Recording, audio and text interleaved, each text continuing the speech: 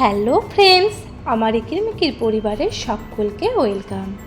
তোমরা সবাই কেমন আছো? আশা করি সকলে খুব ভালো আছো, আর আমিও খুব ভালো আছি। আজ আবারও চলে এসেছি একটা নতুন রেসিপি নিয়ে। আজ আমি তোমাদের সঙ্গে শেয়ার করব পমফ্রেট কারি।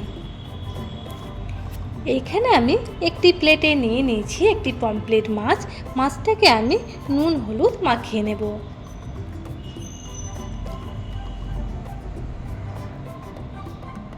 এবার আমি গ্যাস অন করে ওভেনের মধ্যে একটা কড়াই বসিয়ে দিয়েছি, আর কড়াইয়ে দিয়ে দিয়েছি সর্ষের তেল।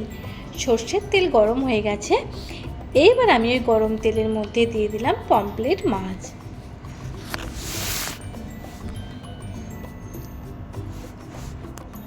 মাছটাকে আমি এপিট ওপিট করে ভেজে নেব। মাছটা ভাজা হয়ে গেছে। এবার আমি মাছটাকে একটি প্লেটের মধ্যে তুলে নেব। কড়াইয়ে যে মাছ ভাজার তেল রয়ে গেছে, সেই তেলের মধ্যে আমি দিয়ে দিলাম সামান্য কটা গোটা জিরে। এরপর আমি দিয়ে দিলাম কটা এলাচ আর লবঙ্গ।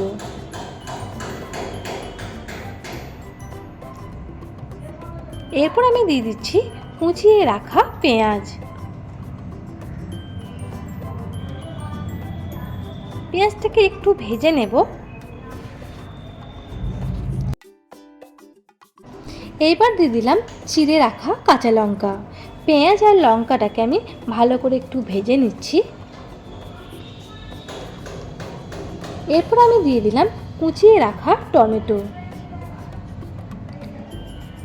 টমেটোটাকেও আমি ভালো করে নেড়ে চেড়ে ভেজে নিচ্ছি, যাতে টমেটোর কাঁচা গন্ধ না বের হয়।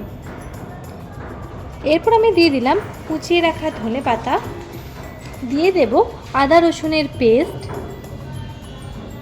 হলুদ গুঁড়ো, জিরে গুঁড়ো, ধনে গুঁড়ো, দিয়ে দিচ্ছি লাল লঙ্কার গুঁড়ো। এরপর দিয়ে দিচ্ছি পরিমাণ মতো লবণ আর সামান্য কটা চিনি। সব মশলাগুলো দেওয়া হয়ে গেছে। এবার আমি মশলাটাকে ভালো করে কষিয়ে নেব। মশলাটা তেল ছেড়ে এসছে। এরপর আমি দিয়ে দেব একটু লেবুর রস। মশলাটা আমি আবারও একবার নেড়ে চেড়ে নিলাম। এরপর আমি দিয়ে দেব পরিমাণ মতো জল। এরপর আমি এই মশলার মধ্যে দিয়ে দেব ভেজে রাখা মাছ। মশলাটাকে আমি ভালো করে ফুটিয়ে নেব।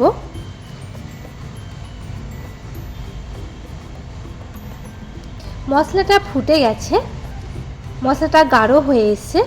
এরপর আমি সামান্য একটু গরম মশলা দিয়ে মাছটিকে একটি প্লেটের মধ্যে নামিয়ে নেব।